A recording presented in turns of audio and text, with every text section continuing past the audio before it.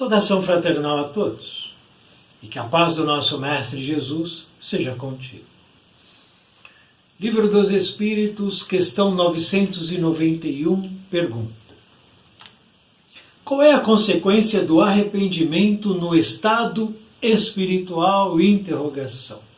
Resposta: desejo de uma nova encarnação para se purificar. O espírito compreende as imperfeições que o privam de ser feliz e, por isso, aspira a uma nova existência em que poderá expiar suas faltas. Ponto. Guardemos então essa resposta, porque ela é importante e vai nos auxiliar a compreender o relato que vamos conhecer a partir de agora deste livro aqui, livro chamado Depois da Vida. Nós estamos estudando esse livro já há um bom tempo. Livro ditado por espíritos diversos, lembrando, mediúnico, e recebido pelo médium Divaldo Pereira Franco. No capítulo 9 da segunda parte deste livro, nós temos o relato de um espírito que nos apresenta uma visão muito real dos erros que ele cometeu. E ele coloca aqui o seu depoimento como advertência para a gente. O título do capítulo é Amarga Aventura. Amarga Aventura. Ele achou que aquele momento, aquela reencarnação para ele era uma aventura. Como muitos e muitas ainda acham hoje em dia isso. Que a vida é uma aventura. E tratam tudo como uma aventura sem nenhuma responsabilidade. O relato que ele nos apresenta é um relato de quem teve a mediunidade de cura ao seu dispor, mas não fez bom uso. Vejamos o relato dele e vamos entender por que a pergunta 991 serve como introdução e também como explicação para muito do que ele aqui vai nos dizer. Vejamos. Amarga Aventura, pelo espírito Teobaldo Ferreira. Lembrando que esse é um nome fictício. Ele nos diz o seguinte: vim trazido pela bondade dos que dirigem estes trabalhos para referir-me à experiência fracassada em que me vi envolvido. O relato dele foi dado em uma reunião mediúnica. Através da mediunidade de Divaldo Franco, esse espírito se comunicou. Seu relato foi gravado, anotado, depois transcrito aqui para esse livro. Ele veio trazido pelos que dirigem esses trabalhos. Há um motivo, e o motivo é exatamente esse: apresentar aqui o seu relato para que a gente pense e medite sobre ele, evitando assim os erros que ele não soube evitar. A mediunidade, ele teve uma mediunidade ostensiva de cura. A mediunidade na Terra é oportunidade de crescimento para Deus. Incompreendida, sofrendo uma usança indevida, levada ao ridículo ou transformada em escadaria do êxito pessoal, são poucos os indivíduos que lhe penetram à profundidade. Coloco-me em primeiro plano, porque o mau uso da mediunidade perdeu-me. Sou vítima da própria imprevidência.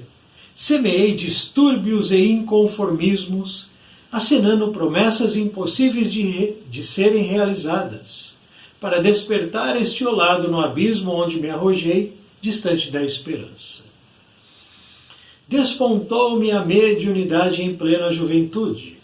Os olhos pareciam enxergar além das barreiras físicas e os ouvidos detectaram ruídos que eu tinha dificuldade de identificar, se ocorriam dentro da minha concha acústica ou se no mundo exterior. Estados de emoção desconcertantes oscilavam em mim, levando-me das angústias contundentes aos entusiasmos arrebatadores numa violência emocional que me deixava laço. Um dia, divisei na névoa desses acontecimentos uma presença que me dizia ser a generosa condutora de minha vida. Pedia-me que mergulhasse dentro de mim mesmo para meditar e entregar-me a Jesus em caráter de plenitude. Também me esclareceu quanto à minha procedência do passado, acumpliciado com uma caterva de malfeitores, com os quais me utilizara da fé cristã, qual ator irresponsável no palco, fazendo os jogos dos interesses mesquinhos e dissolventes. No entanto, como o Senhor não deseja que morra o pecador, mas que dele se extirpe o pecado, a minha era a oportunidade de redenção, abraçando o madeiro da soledade e da abnegação em duas traves, em que me deveria prender, para então poder vir a fruir mais tarde os bens que malbaratara. A princípio, o deslumbramento ante este mundo novo incitou-me a uma atitude de respeito, porque eu estava longe de compreender os perigos do mau uso da mediunidade.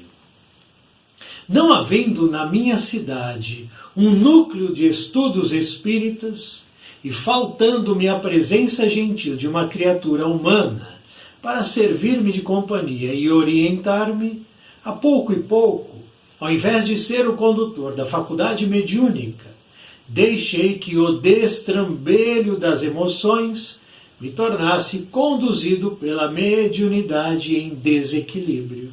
Era natural que fosse encontrando pelo caminho as mesmas almas com as quais me comprometera e, sem libertar-me das companhias infelizes com as quais me acumpliciara, tornava-se-me muito difícil seguir seguramente com os próprios pés. Não me esculpo da responsabilidade, nem fujo ao dever de informar que, em momento algum, atenção agora, em momento algum, faltaram-me a advertência carinhosa, a diretriz do Evangelho e a presença divina que existe em nós, apontando-nos o norte do dever. Mas a mediunidade parece exalar um fluido que atrai os incautos e, ao lado disso, compromissos que me jungiam à retaguarda, precipitaram os acontecimentos da minha malograda existência. Entidades simplórias utilizavam-se de mim ao talante da minha leviandade. Temos então nessa primeira parte do relato dele a sua consciência, mostrando a cada um de nós que ele teve a oportunidade do retorno à matéria, que teve, além da oportunidade, a mediunidade colocada no seu plano reencarnatório, isso tudo para que ele pudesse vencer a si mesmo. Porque trazia no seu passado atitudes e escolhas equivocadas. Quando ele, acumpliciado com um grupo de malfeitores, fez jogos de interesses mesquinhos e dissolventes, utilizando-se da fé cristã. Fez jogos de interesses com a fé alheia. Utilizou o nome de Jesus para ganhar dinheiro e para deter poder. Praticou maldades. Isso lhe foi mostrado. Ele identificou isso. Mas, ao mesmo tempo, havia uma generosa condutora junto a ele. Uma entidade auxiliando-o. Mesmo nas dificuldades que ele deveria ter enfrentado, porque antes de reencarnar, o plano de compromissos dele foi definido. E aqui ele diz 2 compromissos que ele deveria ter sido fiel a eles. Ele diz aqui: abnegação e soledade. Ele deveria ter lutado nesses 2 campos, não por castigo, mas por necessidade de educar o coração.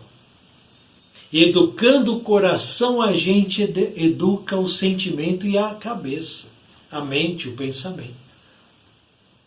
Primeiro tem que educar o coração. E para educar o coração é necessário a prova, a dificuldade, porque na facilidade pouco se aprende, ou quase nada se aprende. O passado o colocou aonde ele deveria estar. A mediunidade não foi dada a ele gratuitamente para que ele, através dessa faculdade maravilhosa, metesse os pés pelas mãos. Ele diz aqui: faltou-me presença gentil de criatura humana para servir-me de companhia e orientação. Mas isso já estava definido antes dele nascer. Porque ele já teve companhia e orientação no passado. E as companhias e orientações que ele elegeu a ele mesmo foram de malfeitores. Quando eu não sei usar certo dom, certo talento, certa oportunidade, eu fico sem ela. Eu fico sem tudo isso.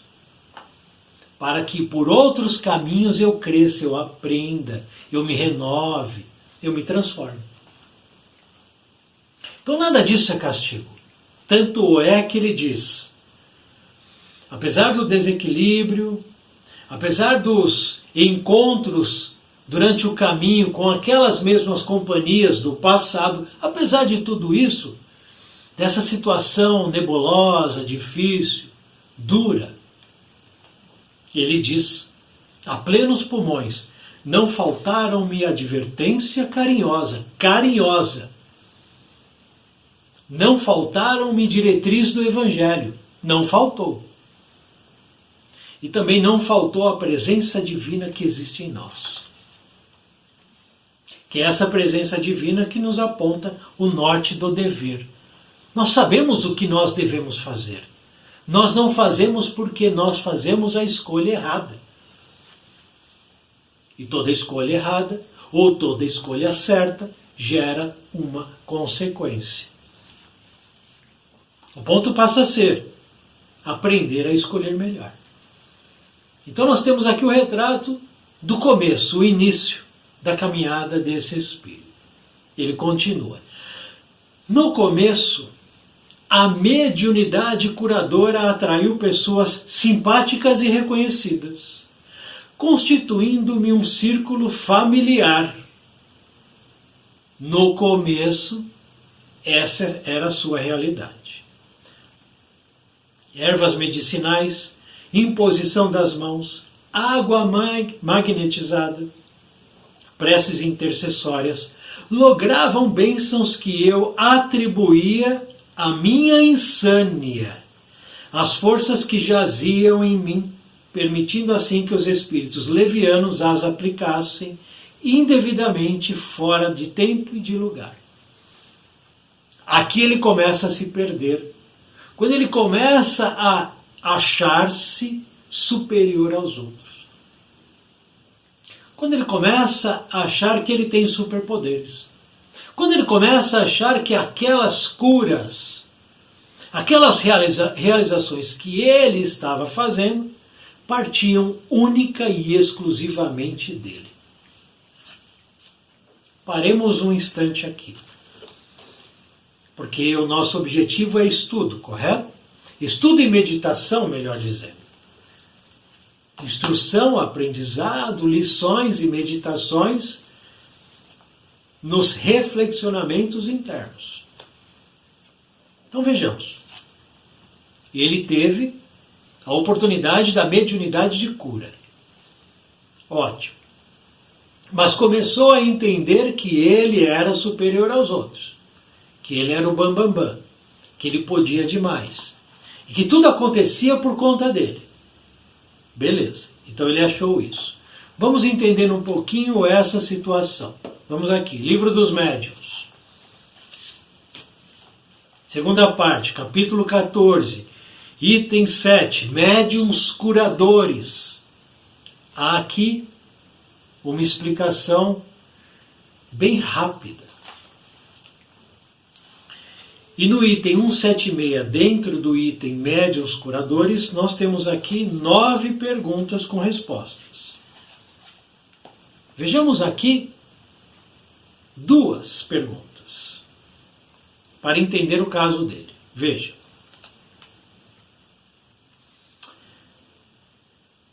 Há muito bons magnetizadores que não creem nos espíritos, porque pode haver a confusão entre cura e magnetização.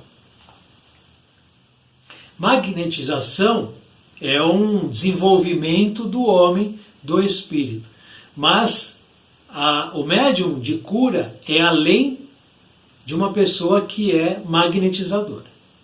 Tá? Então, ele é um médium curador. Ele é um magnetizador. Não. Ele é sim magnetizador, mas vai além. Veja só. A pergunta é, há muito bons magnetizadores que não creem em espíritos. Interrogação. Resposta. Pensas, pois, que os espíritos não atuam senão sobre aqueles que creem neles?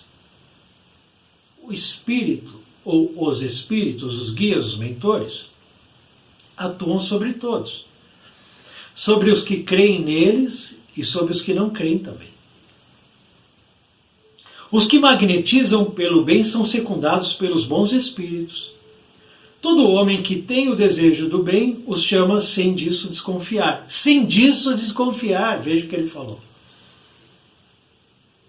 Quando a gente tem atitude bondosa, a gente atrai a espiritualidade bondosa. E eles nos utilizam como instrumento. Sem que a gente peça, solicite ou tenha ideia disso. Ocorre o mesmo, do mesmo modo, pelo desejo do mal e más intenções, o homem chama os espíritos maus. Muito bem. E aí a gente vai na questão sobre o que ele nos trouxe. E entendemos que eu pratico a bondade e a espiritualidade superior se utiliza das minhas ações. Eu pratico a maldade, atrai os espíritos maldosos e eles também vão incrementar, incentivar as atitudes más que eu pratico. Ok. Então vejamos essa questão agora para entender o pensamento dele. Se ele está certo ou não. Se de fato ele era todo poderoso e toda a cura, toda a realização ocorria apenas pelas suas faculdades mediúnicas. Vejamos, a segunda pergunta aqui. Médium é um intermediário entre os espíritos e o homem. Ok. Ora, o magnetizador, aurindo sua força de si mesmo, não parece ser intermediário de nenhuma potência estranha? Interrogação. Ou seja, quando eu vou magnetizar alguma coisa, algo, alguém, etc., eu uso da força que eu tenho. Tudo bem. Aí a pergunta vem. Esse homem não parece ser intermediário de nenhuma potência estranha? Não há algo além disso aí? Não há? Como é que é? Resposta. A potência magnética reside, sem dúvida, no homem. Então, sim, você tem potência magnética e eu tenho. Entretanto, é aumentada pela ação dos espíritos que chamem sua ajuda. De novo, é aumentada pela ação dos espíritos que chamem sua ajuda. Aí você diz, mas eu não chamo em minha ajuda. Vamos na resposta anterior que eu trouxe. Está aqui, ó. Os magnetizadores, pelo bem, são secundados pelos bons espíritos. Pensais que os espíritos não atuam senão sobre aqueles que creem ou chamam eles? Então, a gente vai entendendo que não precisa chamar às vezes para que os espíritos nos auxiliem e potencializem as ações que a gente pratica. É o que está aqui. Se tu magnetizas para curar, por exemplo, e evocas um bom espírito que se interesse por ti, pelo teu doente, ele, o espírito, aumentará tua força e tua vontade. Dirige teu fluido e lhe dá as qualidades necessárias. Ponto. Compreendeu? Ele nunca agiu sozinho. Ele sempre agiu com o auxílio de muitos espíritos. Se num primeiro momento eram espíritos voltados à bondade, quando ele vai se perdendo, ele vai mudando o teor, a qualidade da espiritualidade que o rodeava, que o assessorava, passando então dos bons espíritos aos maus espíritos. As ações que ele elegia a si mesmo, que ele dizia, jaziam de mim, uma parte jazia dele, saía dele, estava nele, mas outra parte era oriunda da força espiritual que o secundava, que o assessorava. Importante entender isso, para que a gente tire essa percepção de que, olha, eu me basto, eu não preciso de ninguém, eu posso fazer tudo por mim mesmo e eu sou bom pra caramba. Não é assim. Nesse momento, o sexo em desgoverno interior arrojou-me nas primeiras experiências alucinantes, fazendo-me enlear nas malhas de uma obsessão sutil, quanto cruel, utilizando-se da invigilância das almas afins a quem eu deveria respeitar, mas que também por mim se fascinavam. Abri as portas aos desregramentos dos que me viriam algemar a loucura que de mim se apossaria mais tarde. Agora é só ladeira abaixo. A venda dos recursos mediúnicos se fez inevitável e, em consequência, a adesão das entidades perniciosas por sintonia foi o passo imediato. Quem comercializa o dom mediúnico cai nisso aqui. Cai exatamente nisso aqui. No atrair entidades perniciosas. O comércio mediúnico, ele é proibido por Jesus e por Deus. O mandato mediúnico é permitido. Mas lembremos Jesus, dai de graça o que de graça recebestes. A mediunidade que é provida a esse ou a aquela, é provida sem nenhuma cobrança, exceto que ela seja uma mediunidade ligada ao trabalho cristão. Porque está aqui, na primeira parte, quando ele diz assim: a entidade pedia-me que mergulhasse dentro de mim para meditar e entregar-me a Jesus em caráter de plenitude. A mediunidade tem que ser com Jesus. Qualquer mediunidade que não é com Jesus cai nisso aqui. Adesão a entidades perversas. Todas, sem exceção. Só tem dois tipos de mediunidade. A com Jesus e a sem Jesus. A mediunidade com Jesus, essa clareia, cura, eleva, apacenta, tranquiliza, gera esperança. Mas a mediunidade sem Jesus, essa é só tragédia. É a que a gente está vendo aqui. Desregramentos, sexo em desgoverno, venda de recursos imediatos, de recursos mediúnicos, entidades perniciosas. Ainda nesse estágio, não se afastou de mim o generoso guia que me admoestava, pedindo-me que retornasse à simplicidade dos primeiros labores, aqueles iniciais, quando ele, com simplicidade, atraía pessoas construindo um círculo familiar. O guia dizia a ele: volte àquele começo, porque você atraía os bons espíritos. Pedindo retornasse à simplicidade e à fidelidade do bem, à renúncia à solidão. É o que estava registrado, os compromissos kármicos dele. Renúncia, solidão, mandato mediúnico com Jesus, amigo. Só isso salvará essa sua experiência atual. Só isso tirará você do abismo, do lamaçal, das trevas nas quais você está entrando. Ele era advertido.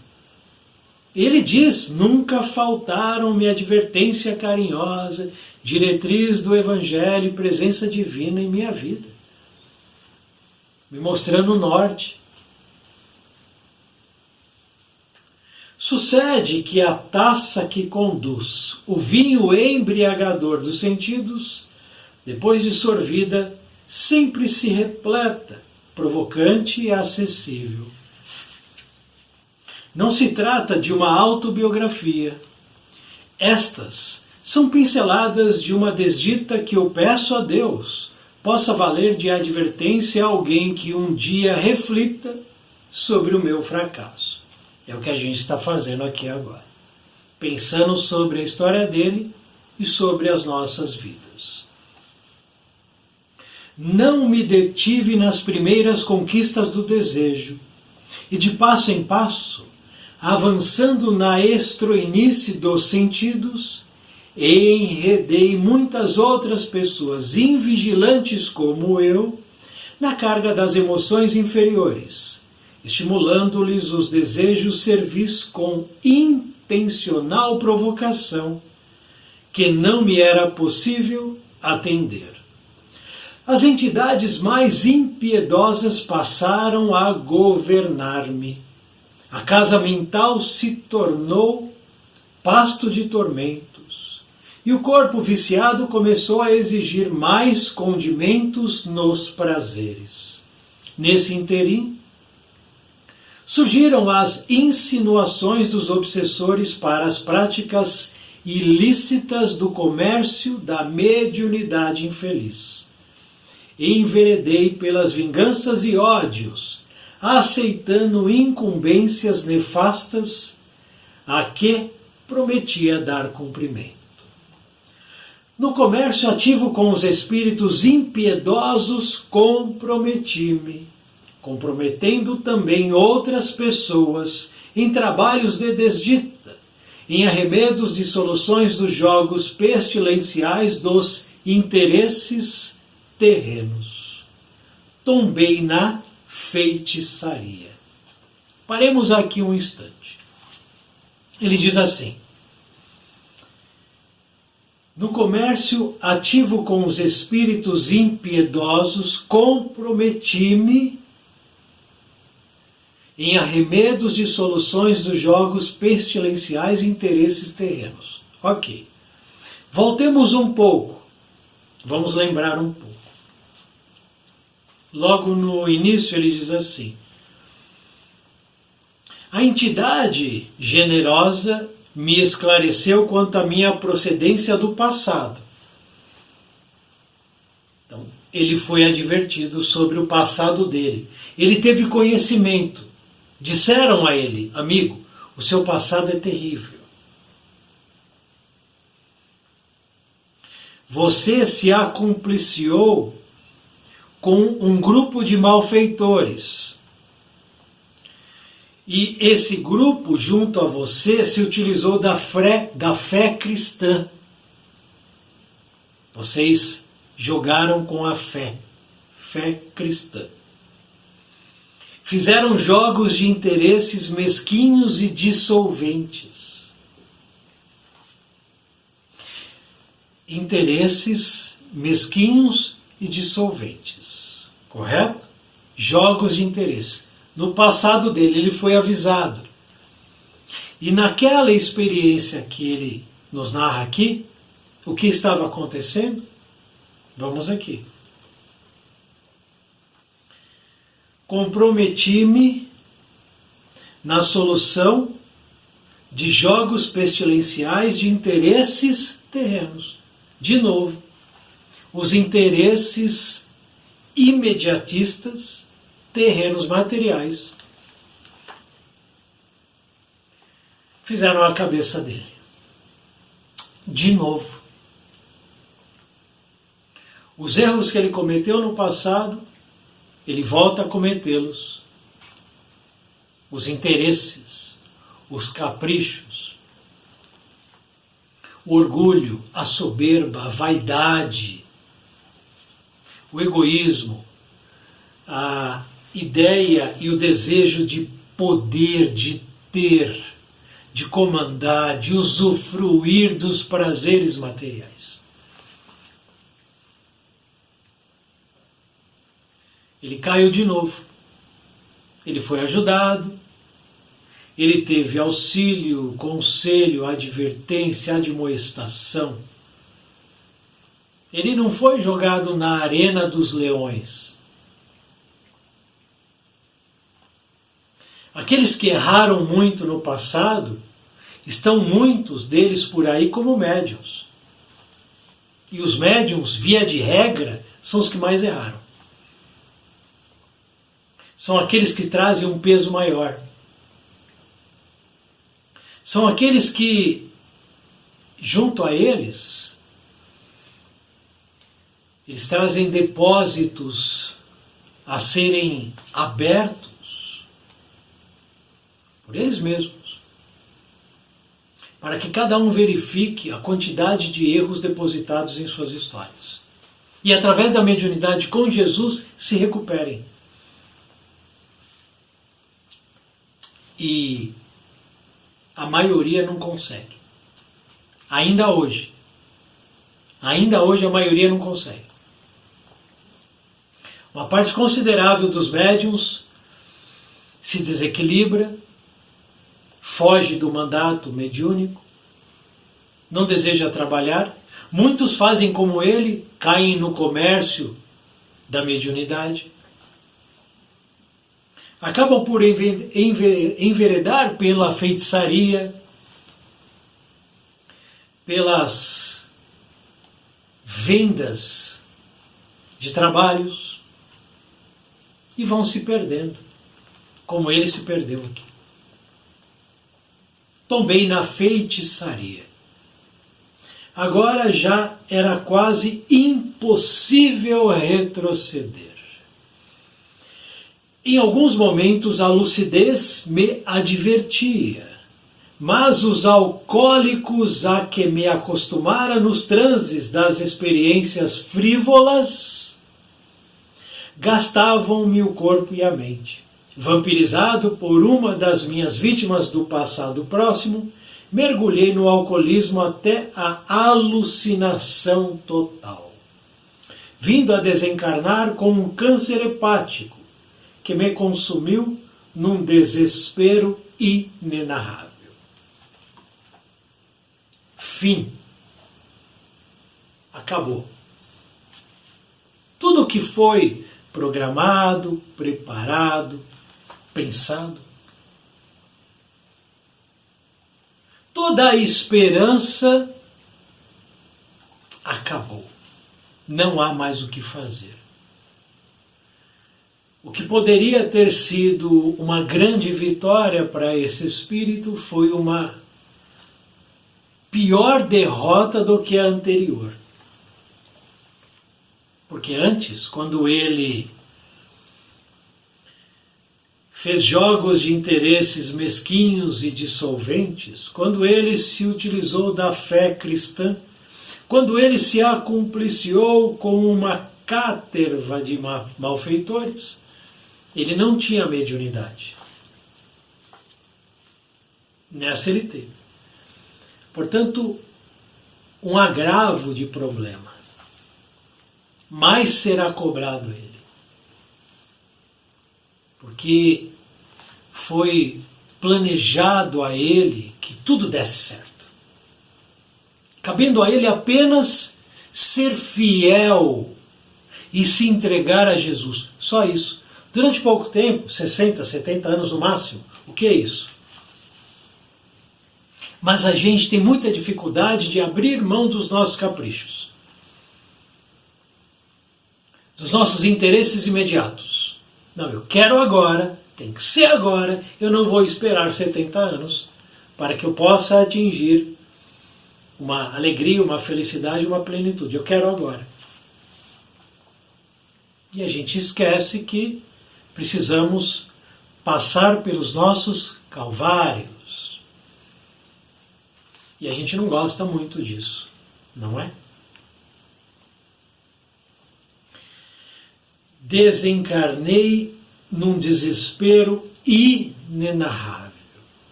30 anos hoje faz que me transferi para além da morte. 30 anos. Então, precisamos entender aqui essa questão de data. Esse livro, ele é de 1984. Ele foi lançado em 1984. Veja o tempo que tem esse livro. 94, 2004, 2014, 2024. São 42 anos deste livro. Quem o conhece, quem o lê, quem o estuda? São perguntas que eu faço aqui. Muito bem. Esse livro é um compêndio de relatos que foram registrados, que foram conseguidos em reuniões mediúnicas antes de 1984. Então, digamos, 1983 ou 82. Coloquemos, então, um número para a gente entender quando que isso aqui aconteceu com esse espírito. Coloquemos 1980.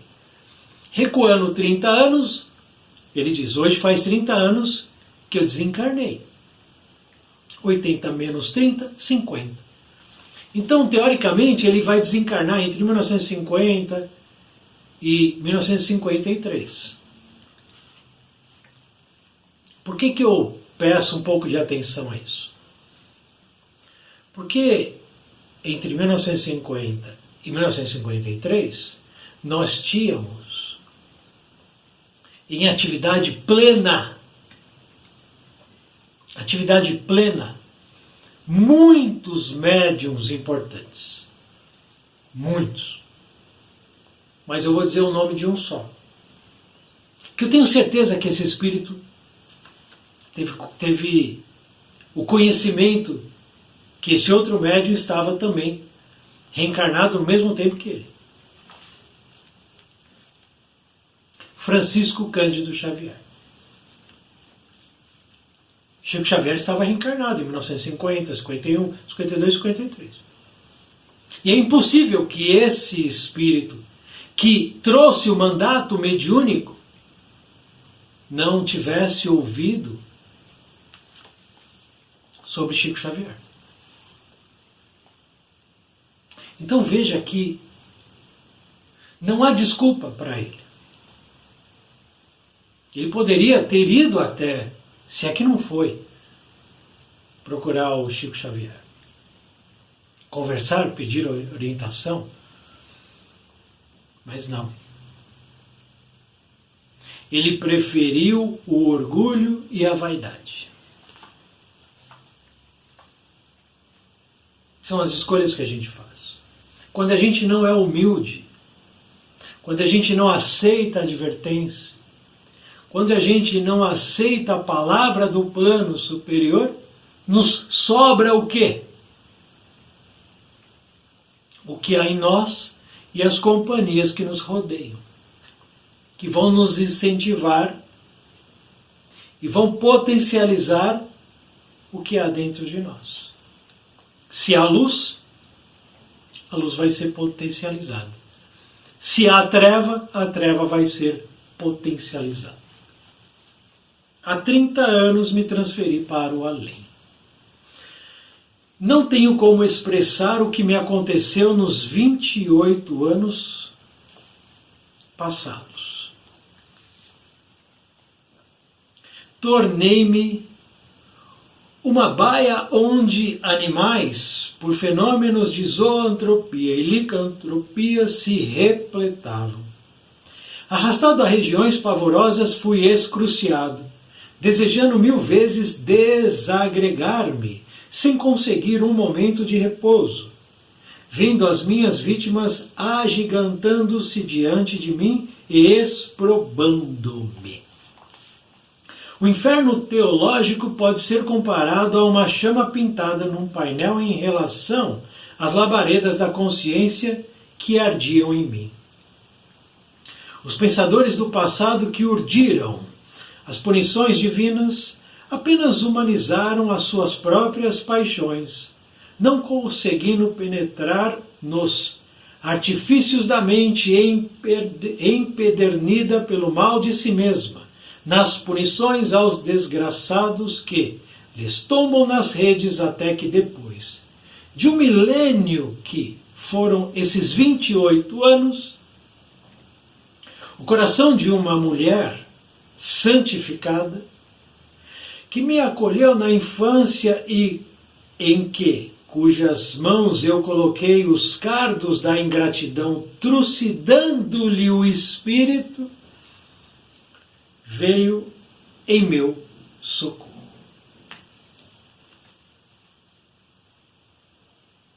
Notemos o peso desse relato. Ele nos conta aqui que esses 28 anos recuados, ele desencarnou há 30.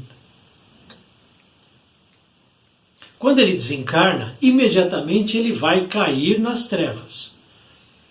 E nas trevas ele ficou 28 anos dos 30. 28 anos passando tudo o que ele está dizendo aqui. Como que a gente pode colocar em palavras 28 anos de sofrimento? Não dá. Não dá. Ele diz aqui que esses desenhos do inferno, das punições, perto da realidade, são meras figuras de linguagem. Tamanha é a aflição e o sofrimento de quem cai onde ele caiu. Ele passa 28 anos que para ele se pareceram 1 milênio, 1000 anos de sofrimento. Por que tudo isso? Por que tudo isso? Porque desde sempre ele foi mal. E para a gente mudar a chave do mal para o bem, muitas vezes a gente tem que passar por isso. E essa é uma realidade, tá? Talvez você, abrindo aqui um parênteses, talvez você deseje ajudar alguém. Talvez você deseje ajudar a uma ou a outra pessoa. Enfim, você tenha esse intuito e não consiga. Por mais que você faça, aquela pessoa não muda. E por que ela não muda? Porque muitas vezes as pessoas precisam conhecer o pior da treva, o pior da escuridão, o pior da sombra. Elas precisam descer ao abismo mais profundo. Muitas vezes precisa, não tem jeito. Para talvez a partir daí, quem sabe, ela se proponha a iniciar a mudança. Porque se assim não for, ela será retirada do planeta, exilada. Então, às vezes, por mais que a gente faça, o outro não muda. É o caso aqui. Precisa descer. E ele desceu. Para talvez, desejar subir. Até que depois de 28 anos, o coração de uma mulher santificada, que me acolheu na infância, a mãe dele, em cujas mãos eu coloquei os cardos da ingratidão, trucidando-lhe o espírito frágil. Ele foi ingrato com a mãe. Mas é a mãe que desce no abismo e que tenta resgatar o filho. Ela foi em socorro dele. Fazia 10 anos que me buscava, sem que eu a pudesse perceber. Retirou-me dali para um lugar de tratamento para as feridas imensas que ainda me dominam, em decomposição orgânica pelo perispírito. Dos 28 anos que ele passou nos abismos trevosos, 10 anos ela ficou tentando tirá-lo de lá. Que coração que faz isso por 10 anos? Me diga. Coração da mãe. Um coração de mãe. 10 anos. 10 anos. Ela consegue então retirá-lo de lá. Agora que me é acenada a oportunidade de retorno, veja, essa é a lei de Deus. Misericórdia e amor. Terá nova oportunidade. Todos teremos sempre, sempre, sempre. Agora que me é acenada a oportunidade de retorno, mas como ele vai retornar? Nessa que foi fracassada, ele teve o corpo perfeito, ele enxergou, ele falou, ele pensou, ele caminhou, ele teve a liberdade, ele teve o mandato mediúnico para trabalhar em solidão, em resignação e para Jesus. Bom, esse era o plano. Não deu certo. Tudo bem, vai retornar. Em que condição? Na idiotia de um corpo que sofrerá o efeito desses desgovernos da mente atribulada, padecendo talvez algum intercurso obsessivo. Ela pediu à venerável mentora desses trabalhos para que eu pudesse expor a minha amarga aventura. Amarga aventura, olha lá. Rogando a vós outros misericórdia para os infelizes, compaixão para as crianças desvalidas, que são as almas como eu, que falharam e vêm bater as portas da caridade cristã, aquela mesma cristã que ele vilipendiou, aguardando a oportunidade de compaixão e de recomeço. Então a mãe dele pediu para que ele pudesse dar um depoimento. E ele vai retornar como, aqui diz, idiotia de um corpo, mentalmente perturbado. Que tipo de perturbação? A gente não vai saber, mas podemos pensar um pouco.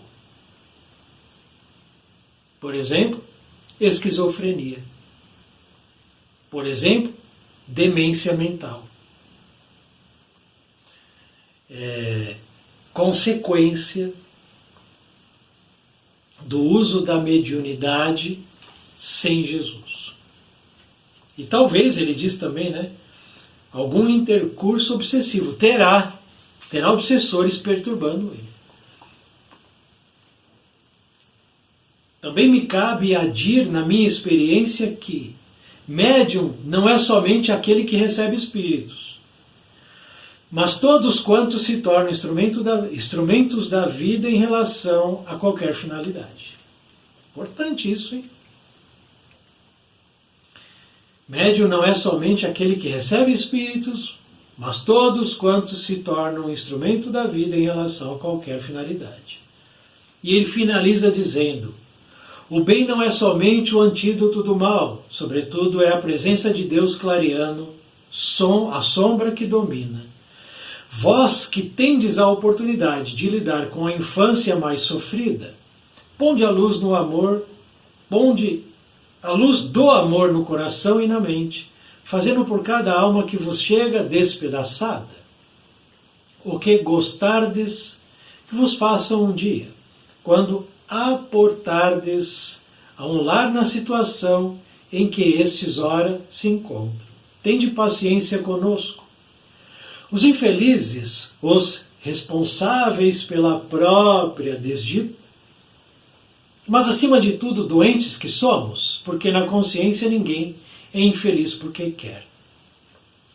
Suplicando a Deus que a mim e a todos proporcione o próximo recomeço junto a um coração apiedado e humilde, que possivelmente eu não saberei compreender nem respeitar, porque as minhas alucinações estão apenas estancadas, mas não vencidas, eu me despeço, agradecendo a vossa bondade e pedindo o vosso amor para todos nós, os arrependidos, mas ainda devedores. Teobaldo Ferreira. Notemos que importante essa última colocação dele. Minhas alucinações estão apenas estancadas, mas não vencidas. Como é que isso está em nós? E como é que nós estamos na vida? Como uma aventura que virá a se tornar amarga ou não?